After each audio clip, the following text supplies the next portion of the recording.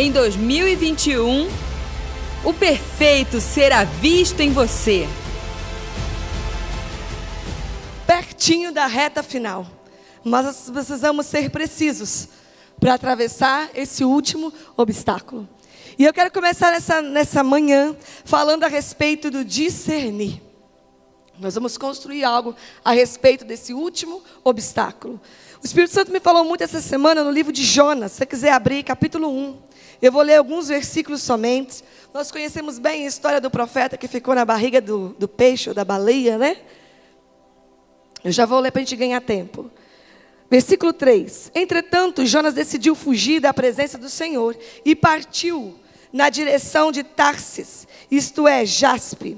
Descendo para a cidade de Apojope, ou seja, Formosa, encontrou um navio pronto a zarpar para Tarsis. Pagou a passagem e embarcou nele, a fim de ir para a cidade de Tarsis, tentando escapar da presença do Senhor.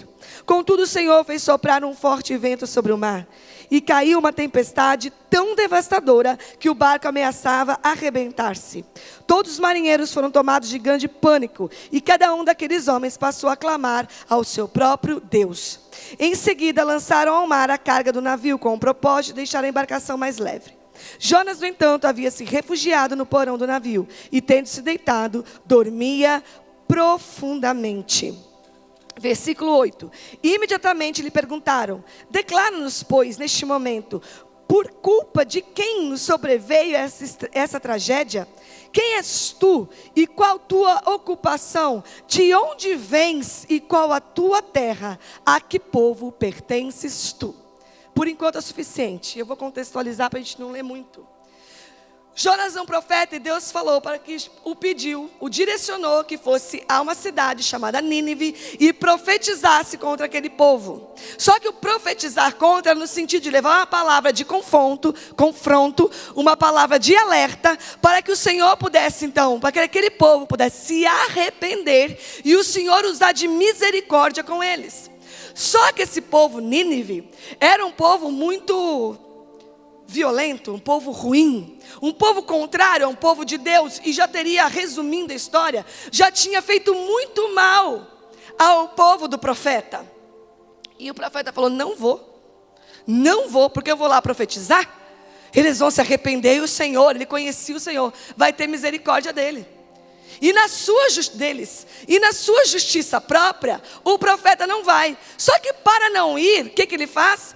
Pega um navio para Tarsis, para outra cidade.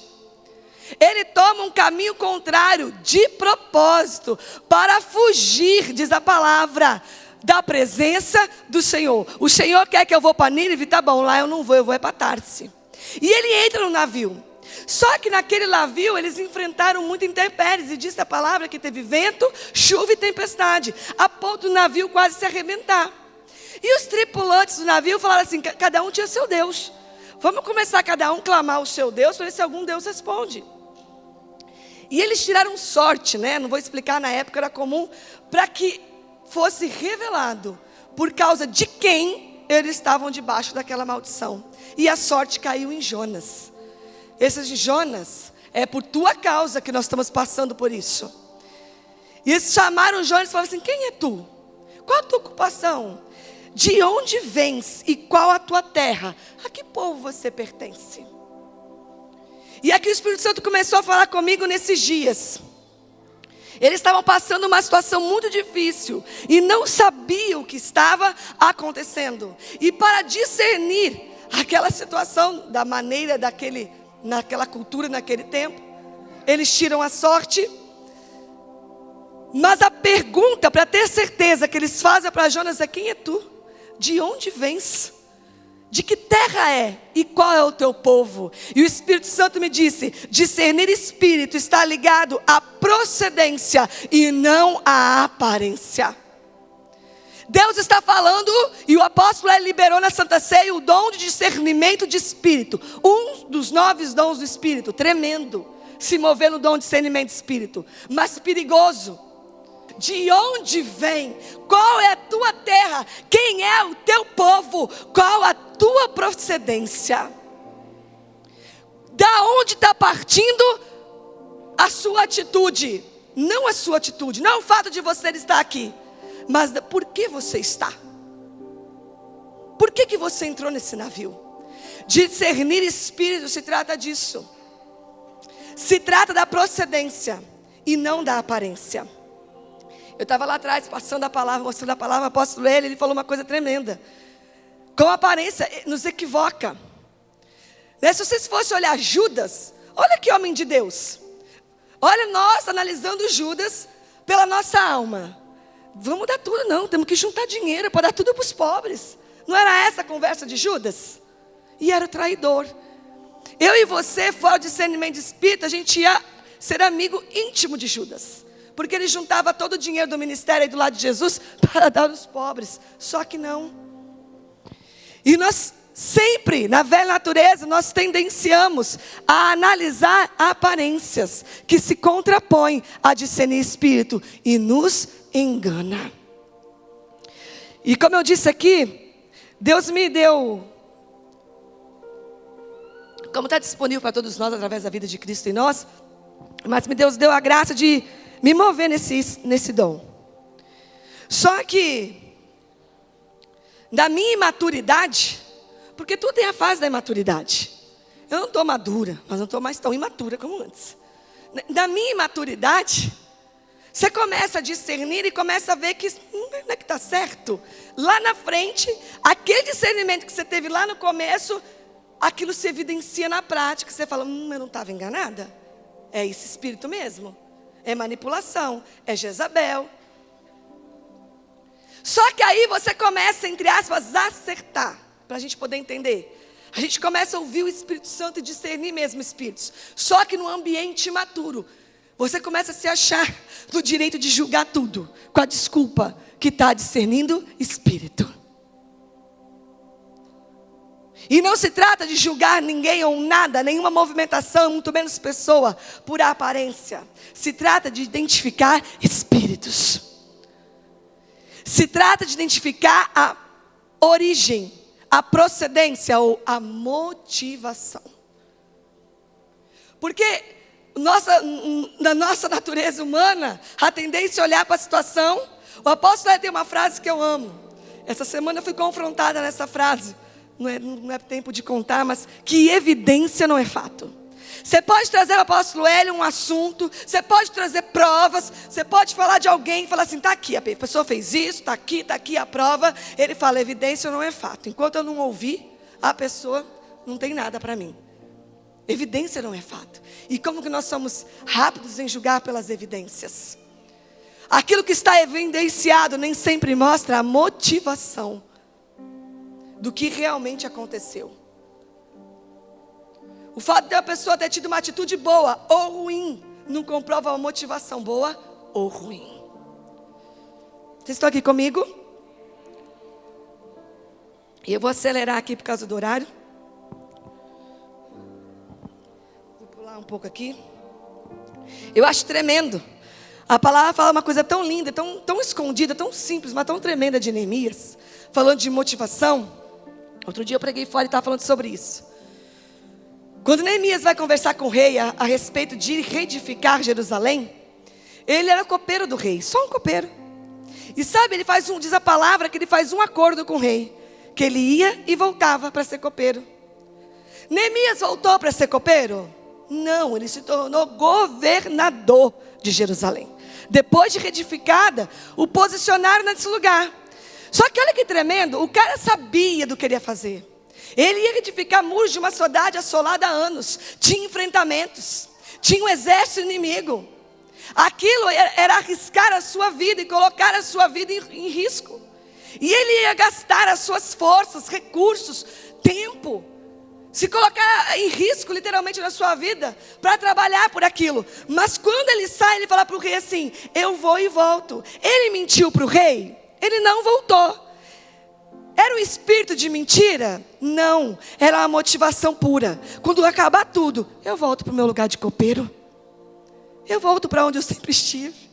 Ele não tinha no coração dele nem resquício de uma motivação equivocada. Vou lá, reedifico e vou usufruir do que eu reedificar para cá. É que eu não volto. Não, ele não mentiu para o rei.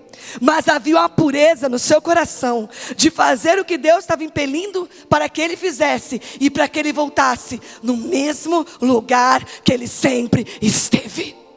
Ele realmente tinha disposição no seu coração de voltar e ser um copeiro depois que ele reedificasse uma cidade inteira.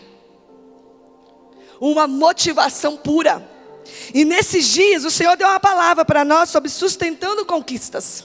E eu estou falando de procedência, de motivação. O Espírito Santo me disse: sustentem a pureza gerada em vocês nos dias de luta. Sustentem a pureza que eu, Senhor, gerei em vocês nos dias de luta. Porque nos processos de Deus na nossa vida, quando o ouro passa pelo fogo e é refinado e tira tudo aquilo que é impuro e sobra o que é puro, muitos de nós temos estado assim há anos, há meses ou há dias. E ele me falou: sustentem, porque nós estamos no 10º obstáculo. Nós estamos na iminência de pular o último e correr para aquilo que Deus tem para nós. Para uma virada para o novo tempo. E a palavra do Senhor é: sustentem a pureza que eu gerei nos dias de luta. Sustenta essa conquista. Eu fui muito purificada nessa luta. Muito refinada. Não estou falando que eu estou boa, estou falando que eu era muito ruim, entende? Nós não podemos, queira o dom de discernir espíritos. Isso vai ser fundamental para nós nesse tempo. Mas tenha humildade de sujeitar alguém aquilo que você está discernindo, até que você esteja maduro. Senão a gente entra no piloto automático. Olha como eu sou boa de discernir espírito. E no piloto automático eu saio julgando a tudo e a todos.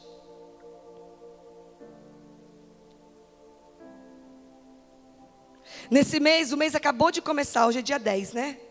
E o apóstolo liberou a palavra no dia 1º. Nós já temos testemunhos de pessoas que tiveram a oportunidade de trocar de emprego. E a oportunidade que estava se abrindo era muito melhor do que está no atual. E o Espírito Santo mostrar: é cilada, discerne esse espírito. É só para te roubar. Você entende que é discernir espírito? Porque tudo, né, que vem com aparência de bênção, né, é Deus. É Deus ou é um roubo na minha vida? É Deus ou está tirando o meu foco? É Deus ou está querendo tirar do lugar onde eu estou? E eu quero falar sobre esse discernir e sobre esse enfrentar. Porque não passa a discernir. Tá bom, discernir. E o que eu faço com isso? Eu enfrento. E eu quero falar deste enfrentamento. O profeta que nós estamos falando dele, quando chamaram ele para conversa e falar: de onde vens? Qual a sua motivação? Diz a palavra que ele estava dormindo no porão. Ele estava fugindo de Deus, vocês se lembram? Fugindo de Deus, literalmente. E diz que ele estava dormindo no porão. Ser escondido por Deus é diferente de estar fugindo de Deus. O Senhor escondeu Jesus por 30 anos. Talvez você esteja numa fase da sua vida onde Ele está te escondendo.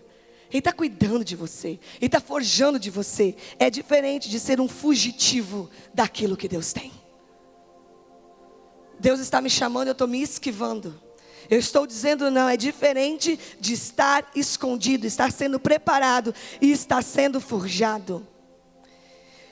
E ele literalmente estava naquele navio numa direção contrária. E às vezes é muito confortável pegar navios e ir para a direção contrária e se esconder no porão. Esse porão se trata dos lugares escuros da nossa alma. Você imagina um profeta de Deus com uma palavra para uma terra e ter a ousadia de pegar um navio para um lugar contrário. Você imagina como esse homem estava nesse navio. E ele diz a palavra que ele dormiu profundamente. E o Espírito Santo me falava: não se trata de dormir profundamente em meio às tempestades, como Jesus dormiu no barco de tanta fé. Não. Se trata de um sono de apatia, de se esconder. Sabe a pessoa quando caminha para a depressão e só quer ficar no quarto? Só quer dormir?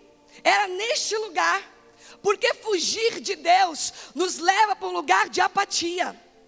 Fugir de Deus nos coloca em um lugar escuro. Ali, ele fugiu de Deus, porque ele estava numa justiça própria. Eu emprestar a minha vida para abençoar um povo mau? Ele estava olhando, o porão se trata do esconderijo da nossa alma. A casa tem muitos cômodos, e algumas casas têm porão, a minha casa tem porão em cima. O que é um porão? O que você coloca no porão? Aquilo que você não quer tanto, aquilo que vai demorar, dá trabalho no porão. Você limpa o porão toda semana como você limpa o resto da sua casa? Não. O porão é claro ou o porão é escuro? Está limpo ou está empoeirado? O que está lá são coisas do seu dia a dia ou coisas que você não precisa no seu dia a dia? Coisas da sua história, ferramentas que você quase não usa. Você olha assim, não vou jogar fora.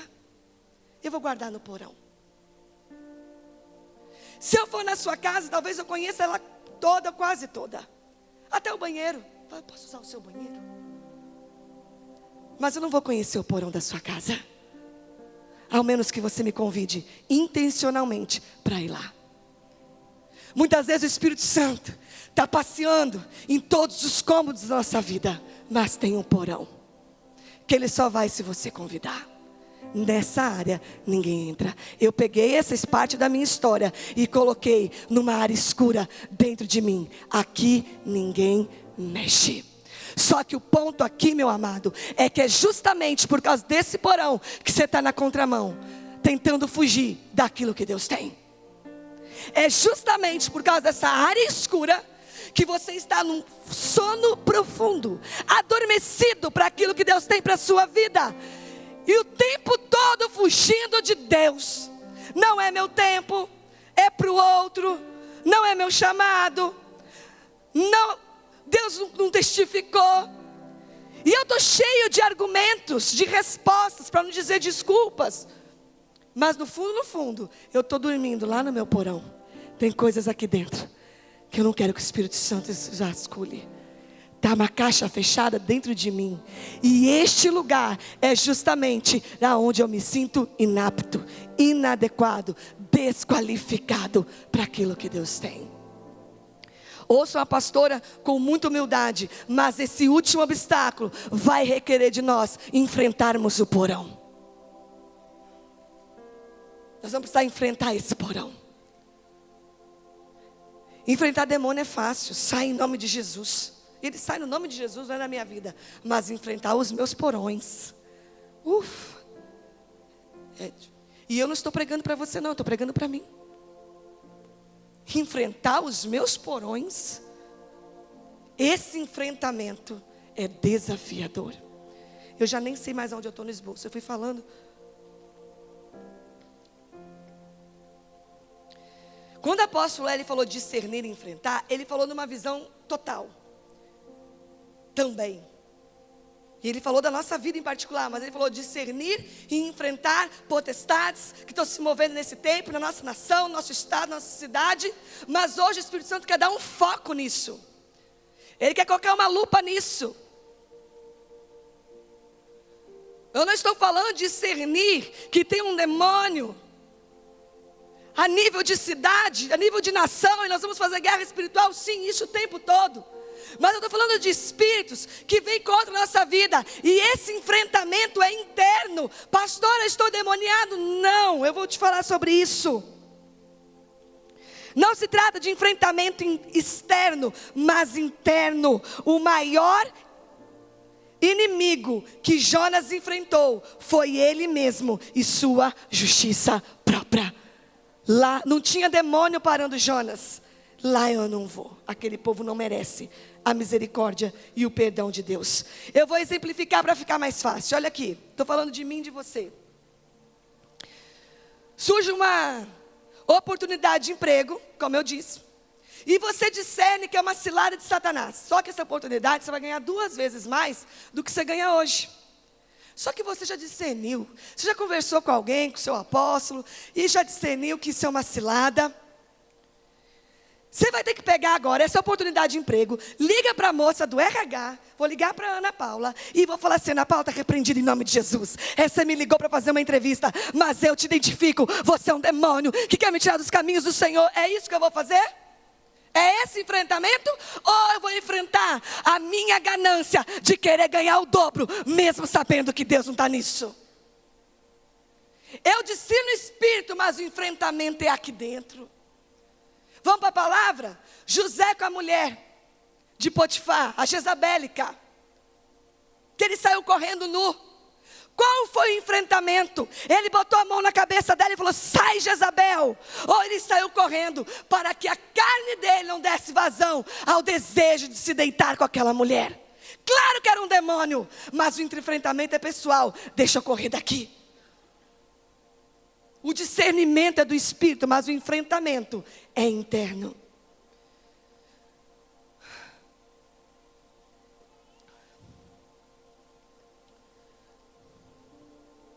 Pornografia é muito isso. Claro que é um espírito imundo. Claro que Satanás me sugestiona o tempo todo para que eu esteja neste lugar. Eu vou repreender o meu computador, eu vou repreender meu telefone, ou eu vou enfrentar essa tentativa da velha natureza de o tempo todo trazer os desejos pecaminosos e as práticas pecaminosas do meu passado à tona. Não se trata de repreender, se trata de enfrentar a sua velha natureza. Tem uma passagem na Bíblia que eu amo, já preguei sobre ela algumas vezes, mas que eu amo, que é quando Acabe e Jezabel decidem comprar a vinha de Nabote. Eles eram vizinhos de terra, e Nabote por 3 vezes ele perdeu a cabeça, ele morreu, mas ele não vendeu. E por que ele não vendeu? Ele falou assim: eu recebi uma terra de meu pai, é a herança do meu pai. Eu não vou te vender, eu não vou entregar aquilo que o meu pai me deu. E ainda diz a palavra que Jezabel ofereceu mais do que valia, não foi uma proposta injusta. Eu vou fazer uma proposta irrecusável, eu vou dar mais do que vale, porque eu quero exatamente aquela terra. E nem assim Nabote vende a terra. E de novo ele fala: é a herança do meu pai, eu produzi uma vinha naquilo. Meu amado, Satanás não quer te trocar de emprego. Satanás não quer que você abra um negócio e dê errado ou dê certo. Satanás não está preocupado com o seu casamento em si. Satanás te traz oportunidades de te apartar daquilo que Deus chamou a fazer. Ele quer um propósito, ele quer um chamado, e ele usa de artifícios externos para te roubar do lugar espiritual que o Senhor te colocou. Por isso precisamos discernir espírito. Satanás não está negociando o seu salário com você, mas aquilo que Deus depositou em você. Os lugares que ele tem para você, aonde o filho vai se manifestar, aonde o Senhor te colocou para fazer a diferença, é isso que ele quer. Ele quer o todo, ele quer o seu chamado, ele não quer as coisas externas e aparentes, ele só usa de artifícios. Ele não queria a terra de Nabote, ele queria que esse homem abrisse mão daquilo que o Senhor, que o Pai entregou para que ele produzisse. Esse homem recebeu uma terra vazia e agora ele tinha uma vinha. O que você recebeu da parte do Senhor, que era uma terra vazia e hoje é uma vinha? É isso que ele quer? É isso que ele quer. Ele não quer o emprego, por exemplo, está aqui na minha frente a Sônia. Ele quer que a Sônia deixe de ser, nunca conseguiu nem vai conseguir, é só um exemplo. Deixe de ser uma ferramenta nas mãos do Senhor com a psicologia. Deus entregou, o Pai entregou uma herança, um legado, um pedaço de terra para a Sônia, que é a psicologia. Disso está se desenvolvendo algo poderoso no espírito, na área de cura, de libertação, da mente, da alma. As oportunidades que eles traz, e ela está sempre discernindo as propostas, as movimentações. Não se trata de dar ou tirar recursos de posição. Se trata de negociar um pedaço de terra para que ela não produza uma vinha. O que Satanás quer é que você não, esses espíritos que nós estamos sendo chamados a discernir nesses dias, o que ele quer da sua vida é que você não produza frutos na herança que o Pai te entregou. É isso. Não se trata de estar aqui ou estar ali simplesmente. Se trata de negociar aquilo que o Pai te entregou a produzir. Esses dias eu passei Por isso, é importante nesse tempo ir para o porão, para que áreas de vulnerabilidade da nossa vida sejam limpas e curadas, para que possamos discernir e, fluindo livremente na vida de Cristo em nós, possamos enfrentar com mais facilidade a nós mesmos. Enquanto o porão estiver sujo, a gente não é bem sucedido nesses enfrentamentos, esses confrontos internos. Esses lugares escuros da nossa vida, esses lugares, esses porões que nós não permitimos que o Espírito Santo atue, são as áreas da nossa vida que impedem o fluir da vida de Cristo. Que impedem o fluir da vida de Cristo. Para que a gente possa, então, manifestá-lo de maneira pura, genuína e com autoridade. Por isso é necessário passar pelo porão. Porque esses enfrentamentos você vai discernir, mas você vai enfrentar. Se você não limpa, vou dar o exemplo da minha vida no passado. Se eu não tivesse limpado por 10 anos o porão da área sentimental da minha vida, que era um dos maiores porões que eu tive, um dos maiores cativeiros, eu não teria conseguido enfrentar as oportunidades equivocadas que Satanás me sugestionou para que eu me envolvesse, namorasse, casasse. Você entende? Precisou passar por uma limpeza profunda esse porão, para que eu pudesse fluir, ouvir a voz do Espírito Santo e esperar o tempo dele. Se o porão não é limpo, a gente não discerne nada. Nada. A qualquer oportunidade que apareça, sendo boa aos nossos olhos, a gente fecha negócio em todas as áreas.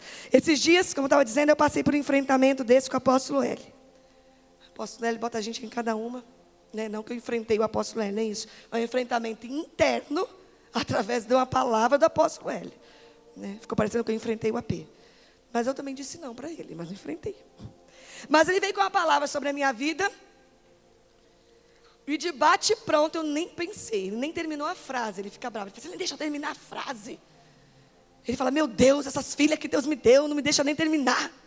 Eu falei assim, isso não é para mim. Eu não vou fazer. Eu não tenho chamado, eu não tenho habilidade, eu não gosto disso, e o Senhor não é. Aí a gente ainda, além de dizer que a gente não é, já tem os nomes, né? Ainda falei uns 3 nomes daqui da casa, que eu falei, rapaz, isso é a cara do fulano, do Beltrano, da ciclana. Ainda dei os outros nomes melhores para ele. Eu botei meus irmãos no fogo. Mas depois que terminou a conversa com ele, ainda falei assim, AP, se isso acontecer, eu não levo jeito, vai ser o maior mico da minha vida. Não vou. Gente, cheguei em casa. Ai, gente. Não falo não para o apóstolo L, não. Cheguei em casa, o Espírito Santo não deixou nem pensar. Nem pensar. Ele não sabe brincar, ele já truca de cara. A resposta dele é para nem esticar a conversa. Eu cheguei em casa, o Espírito Santo me disse assim. Eu anotei exatamente como ele me disse. Não se trata de você, mas da mensagem que precisa ser proclamada através de você. Se trata de um pensamento da minha parte que precisa ser traduzido. Eu só preciso de um corpo que porte essa mensagem. Você está com medo de passar vergonha? De pagar mico? Não se trata de você.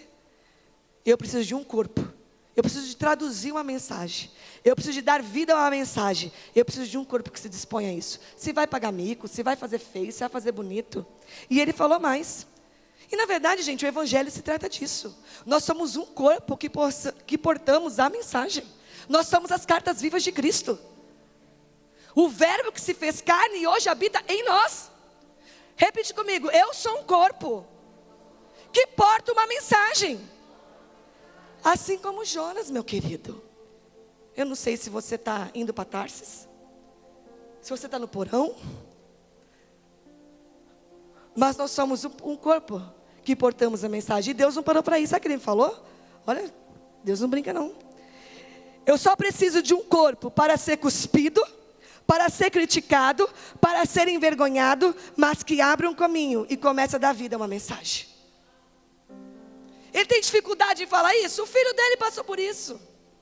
Ele entregou o próprio filho para ser cuspido, criticado, humilhado, envergonhado, mas deu vida a uma mensagem. Ele falou, filha, Eu só preciso de um corpo que dê vida a uma mensagem. Se vai ter cuspe, se vai ter vergonha, se vai ter humilhação. Deus não para nessas coisas. E aquilo foi um enfrentamento dentro de mim. Um enfrentamento. Eu não sei se isso vai acontecer ou se esse foi o meu Isaac. Nesse momento eu estou orando para que seja o meu Isaac. Alguém falei sim, mas daí eu falo assim, não precisa não, tem outro aqui. Eu estou orando para ser o meu Isaac. Diz o apóstolo Claro que não é, eu estou orando, vai que, né? Esse é o meu Isaac. Vou me entregar e depois aparece outro. O cordeiro aparece.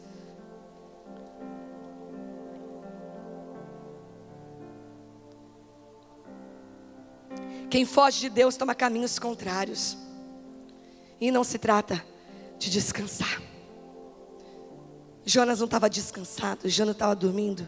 E o Espírito Santo me falou que esse último obstáculo, o 10º obstáculo, vai requerer de nós um despertamento.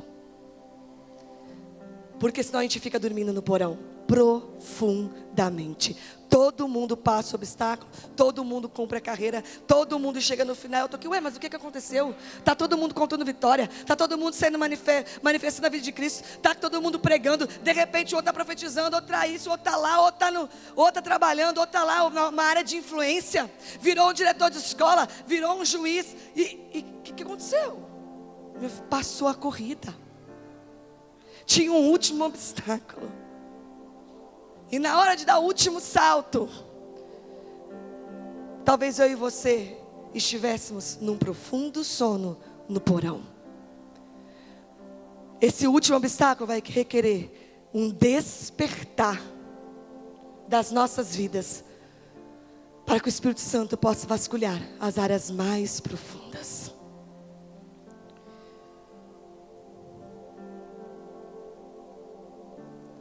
Eu já falei sobre o que é o porão, que bom, já pulei uma parte daqui.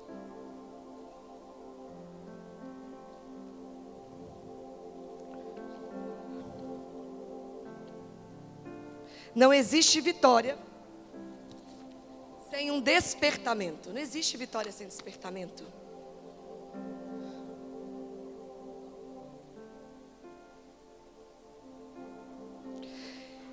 E por último, vencer, discernir, enfrentar e vencer. Fala um amém aí, nós vamos falar de vencer agora. Se o enfrentamento que Deus está trazendo hoje somos o enfrentamento de nós mesmos, então a nossa arma, quem se habilita, quem tenta? Qual é a nossa arma?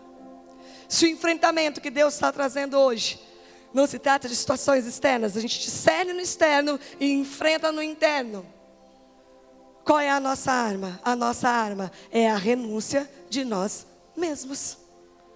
Se o enfrentamento é interno, e se eu tenho que enfrentar a mim mesmo, que ainda resta de velha natureza, a minha arma é a renúncia de mim mesma. Deus me lembrava, acho que sexta-feira, há 2 anos atrás, teve aqui a festa das primícias, e eu preguei a respeito de primícia de adoração. E como sempre eu falei assim, primícia de adoração é a Cá, é o Alan, essas pessoas, sou eu.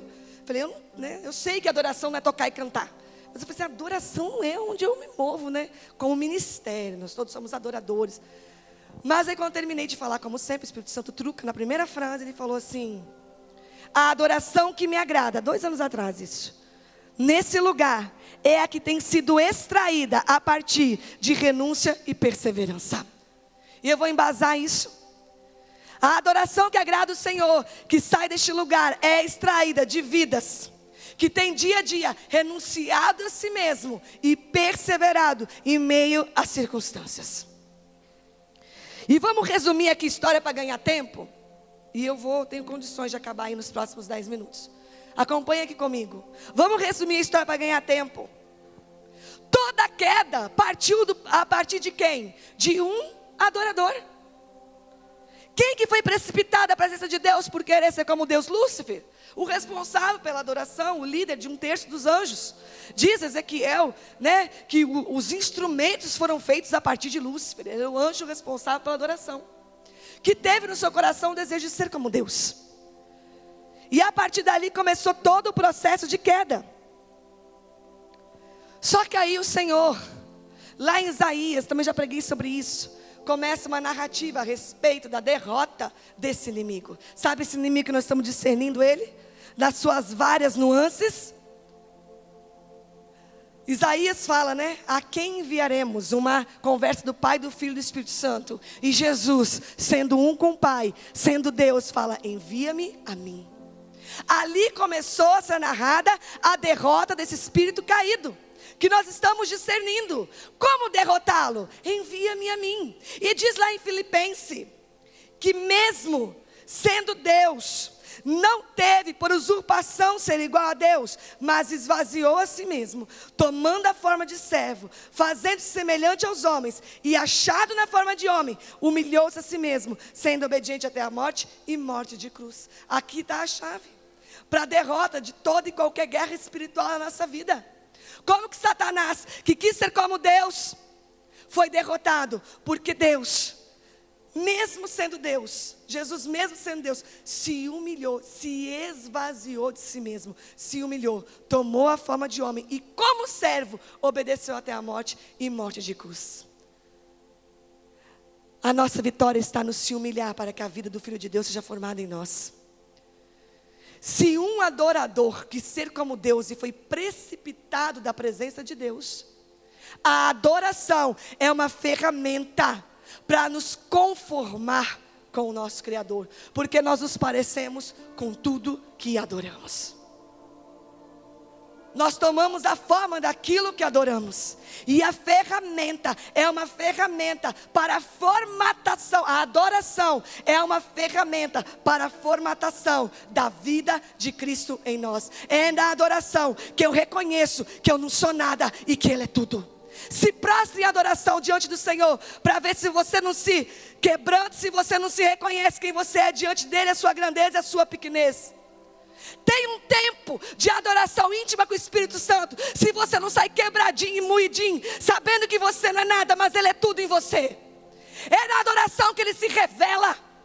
É na adoração que nós sabemos que Ele se revela a grandeza dEle, e o poder dEle vem se aperfeiçoar na minha fraqueza. É quando eu adoro que eu falo, Tu és o Senhor e eu sou Tua filha. É na adoração que eu reconheço minhas debilidades, porque eu me prostro diante da revelação da grandeza do Pai. A adoração tem como propriedade nos conformar a Deus, revelar a nossa pequenez, a grandeza dEle. Eu não quero nada de mim mesma, porque está sendo me oferecida a vida de Cristo, plena, à minha disposição, e eu quero fluir nessa vida. Nada da velha natureza me interessa. Eu quero fluir dessa nova vida. A adoração tem essa propriedade na nossa vida. Vocês estão aqui? Talvez eu esteja falando, nós todos somos adoradores, obviamente. Talvez eu esteja falando nessa manhã com adoradores que estão caídos em si mesmos, como Lúcifer um dia, caído na vaidade, caído no pecado, caído em si mesmo. E se tem algo que faz com que nós caiamos em nós mesmos, a partir de nós mesmos, é quando o nosso eu predomina sobre a manifestação da vida de Cristo. Se tem algo que me faz sentir caída, mesmo sendo uma filha de Deus e portando a vida do Filho, é quando o meu eu se sobrepõe à manifestação dessa vida. Eu estou aqui pregando, eu sou filha de Deus, mas no meio da minha palavra tem uma mescla. E essa mescla, esse meu eu, o que eu penso, o que eu acho, o meu modelo, o meu formato, o que eu aprendi, o que eu fui ensinada, o que eu estou querendo apontar na vida das pessoas, os meus julgamentos se sobrepõem à manifestação da vida do Filho de Deus. E isso é estar caído. Isso é estar caído para mim. Porque o meu eu é como se fosse uma interrupção do fluir da vida de Cristo. A vida de Cristo habita em todos nós. E a oportunidade de fluir ou não.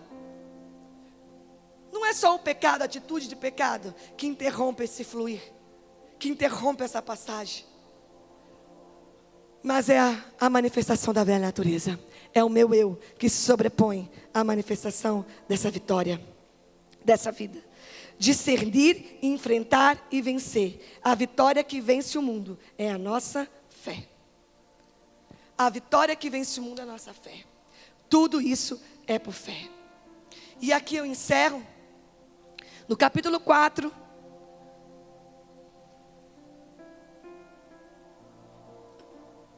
A adoração já entendeu o sinal, a gente combinou. No capítulo 4, no versículos do 4 a 11, eu não vou ler por causa do tempo, mas é tremendo. Eu vou ler só algumas palavras do versículo 4, capítulo 4. Depois, o que aconteceu com Jonas? Vamos terminar a história? Ele estava no navio, era ele o problema, o que fizeram com ele? Jogaram ele do navio. Quando ele é lançado ao mar, uma baleia, um peixe grande, engole Jonas. Você imagina, mordeu, triturou, engoliu, está lá na barriga do peixe. E para onde esse peixe? Porque ele não morreu na barriga do peixe. Diz a palavra, aqui tem algo profético, né? Diz a palavra que ele ficou 3 dias e 3 noites na barriga do peixe. E quando o peixe, ele não morre, o peixe cospe ele numa praia. Aonde Jonas estava? Aonde Jonas estava? Nínive.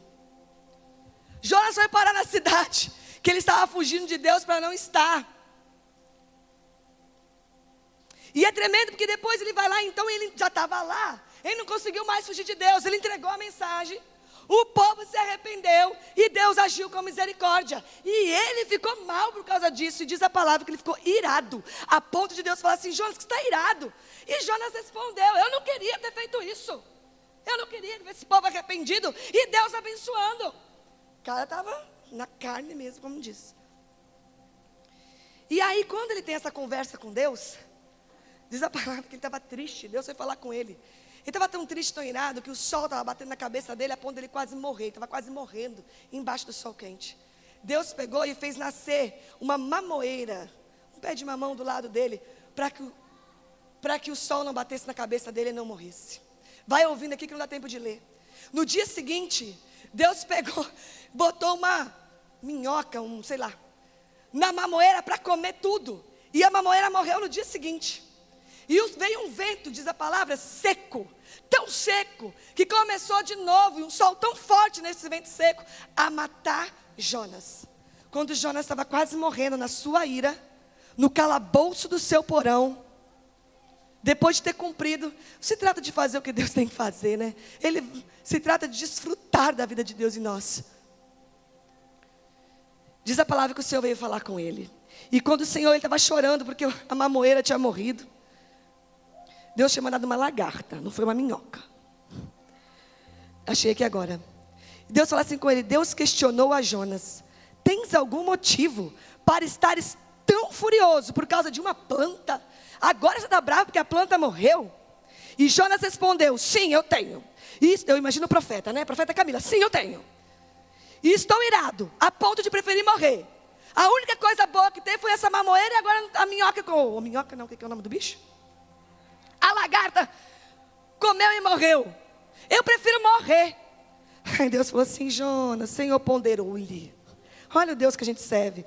Jonas, você tem compaixão dessa planta? Embora você nunca tenha cuidado dela, não a fizeste crescer, você nunca podou essa planta, Jonas. E ela simplesmente nasceu numa noite e na outra morreu. Jonas, eu fiz essa planta nascer ontem e morrer hoje. Você não regou, não plantou, não podou, você não fez nada. E você está chorando por causa dela. Por outro lado, Nínive tem mais de 120 mil seres humanos que não sabem nem discernir entre a mão direita e a esquerda, tampouco entre o bem e o mal. Além de muitos animais inocentes, não haveria eu de ter pena, misericórdia dessa grande cidade. Jonas, você quer morrer por causa de uma planta que não tem nada a ver com ela? Você está chorando por uma coisa que não tem nada a ver. E você está questionando o meu amor, a minha compaixão e a minha misericórdia por uma cidade que tem 120 mil homens imaturos. Eles fazem o mal porque não discernem nada. E ali acabou a conversa. E ali é um tratar de Deus com Jonas. Olha para mim aqui agora. Olha bem aqui para mim. Sabe o que eu vejo de tremendo aqui? Para a gente finalizar. Jonas decidiu fugir de Deus. E olha eu e você aqui fugindo de Deus. Se coloca no lugar de Jonas. Ele estava fugindo de Deus, não estava? Olha a gente fugindo de Deus. Jonas, quando ele começou a fugir de Deus, que ele entrou no navio, a primeira coisa que aconteceu, chuva forte. O que era aquela chuva forte, senão Deus? Aquela chuva forte veio acompanhado de vento. E o que era aquele vento, se não era Deus? Aquela chuva e aquele vento viraram uma tempestade, a ponto daquele navio querer se partir. E o que era aquela tempestade, se não Deus de novo? Porque tudo isso fez parte do processo de Deus levar Jonas para onde Ele queria levar. Na sequência, Jonas foi engolido por um peixe. Você imagina que é ser mordido, engolido por um peixe? E de novo, o peixe era Deus. Ele foi parar na barriga de um peixe. Você imagina você viajar 3 dias e 3 noites, no meio de comida mastigada, triturada, virando comida podre, porque é isso que acontece aqui dentro do estômago. E aquela barriga do peixe, mais uma vez, era Deus. Por fim, quase fim, o peixe cospe Jonas, e de novo, era Deus. Depois que ele cumpre o que tinha que cumprir, o sol quase mata Jonas, e era Deus. E aí uma mamoeira cresce milagrosamente do lado de Jonas, para que o sol não matasse. E de novo, era Deus. Quando a mamoeira morreu, veio um vento seco e um sol forte, que quase matou Jonas. Era Deus. E por fim, uma voz veio falar com Jonas. Jonas, por que você está irado? É assim o meu amor e a misericórdia. E mais uma vez, era Deus. Processos de Deus que formam a mensagem em nós. Ele achava que estava fugindo de Deus. Ele passou por todos os intempéries de uma vida, e o tempo todo era Deus. Até que literalmente ele fosse cuspido aonde Deus queria que ele estivesse. Para onde eu irei? Fala isso para ele no seu espírito. Para onde eu irei? Só tu tem palavras de vida eterna. Como fugir do Deus Todo-Poderoso, que para sol, que gera tempestade, que para a tempestade, que barco se quebra, que se precisar você anda sobre as águas. Como achar que nós podemos fugir deste Deus? E por que não fugir desse Deus? Porque se eu fugir dele eu vou para o inferno? Não, porque tem uma cidade com 120 mil homens precisando da mensagem que ele está formando em você. A vida de Cristo, a mensagem está tomando forma na sua vida. Você pode fugir para o lado contrário, você pode entrar em navio, você pode parar na boca do peixe, você pode ser cuspido, você pode ter um sol quente na sua cabeça. Deus vai seguir cumprindo um propósito na sua vida. É melhor se render logo. É melhor se render logo. Talvez você nem saiba como que você entrou pelaquela porta pela primeira vez, com uma vida tão triturada que você, alguém me cuspiu ali.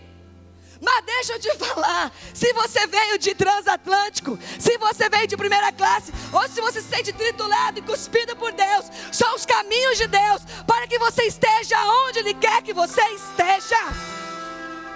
Porque o transportar no novo pacto, né, o velho pacto, o Velho Testamento é sombra, são coisas naturais que nos remetem a realidades espirituais do novo pacto. Hoje o transporte de Deus é interno. Não se trata só de um lugar ou outro físico, mas Deus está te transportando de um lugar ao outro dentro de você, ou seja, de uma natureza a outra. E esse transporte às vezes tem barriga de peixe, sim. Às vezes esse transporte tem sol quente mesmo na cabeça. Às vezes sol forte dá vontade de ficar dormindo no porão. Mas o Senhor está nos desportando deste lugar. E desista de fugir. Ele vai te cuspir em Nínive. Desista de fugir. Ele está te levando aonde Ele quer te levar. Que nós possamos juntos pular o último obstáculo no dia 31 de outubro. Que nós tenhamos discernido os espíritos. Que nós tenhamos feito os enfrentamentos internos. Para isso nós precisamos limpar o porão. Senão nós não vamos enfrentar nada. Nós vamos adormecer dentro daquilo que Deus está fazendo. E que nós possamos juntos pular o último obstáculo rumo à vitória que Deus tem para cada um de nós. A formatação da vida de Cristo em nós. Pastor, eu achei que você fosse falar de dinheiro, prosperidade. Sim, todas as demais coisas lhe serão acrescentadas. Coloque-se de pé. Não me tira o medo que me faz dizer, Moisés, suba em meu lugar, e me faz entender é você, chuva forte é você, vento forte é você, e o que me faz tremer as pernas, a porta aberta é você, mas a fechada é você, é tudo sobre você.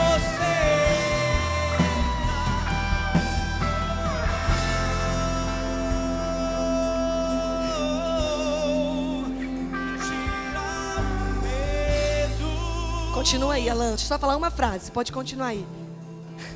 Que faz tremer as pernas, meu amado. Lendo a minha história com a P, me faz tremer as pernas. E é Ele. Ele nos chama as coisas que nos faz tremer as pernas. E às vezes você foi Deus que chamou, vai tudo ser bom. Nada, foi Deus que chamou e tem sol, tem poeira, tem tempestade. Foi Deus que chamou e está doendo. Foi Deus que chamou e tem luta, porque Ele está fazendo um transporte interno na nossa vida. Quando o transporte interno começa a amadurecer, porque a conclusão é eterna. Quando o propósito eterno, o transporte interno vai amadurecendo, Ele começa a revelar então os lugares externos onde Ele vai nos posicionar. Tem uma mensagem sendo formada em você. Erga as tuas mãos. Ele é a tempestade. Não tenha medo da tempestade. Você não vai ficar nela. Ele é a porta fechada. Não tenha medo dela. Eu conheço tempestade, sol, chuva. Eu conheço a lagarta que come o que você tinha. De repente vem uma bênção. Nossa, respirei. Vem a lagarta e leva a bênção. Você fala, Deus, mas eu sou dizimista, ofertante, entrega a primícia. E o devorador, a lagarta também, às vezes é Deus. Para que eu não erre em mim mesma, para que eu não use recursos para me movimentar da minha maneira e ser apartada daquilo que Deus tem na minha vida. Há uma mensagem da parte de Deus sendo formada em você. E que você o reconheça em todos os seus caminhos. A tempestade e a chuva forte é Ele te movendo para onde Ele quer te mover. Deus te abençoe. Deus te abençoe com essa palavra. Reconheça o Senhor em todos os teus caminhos. Amém. Em 2021, o perfeito será visto em você.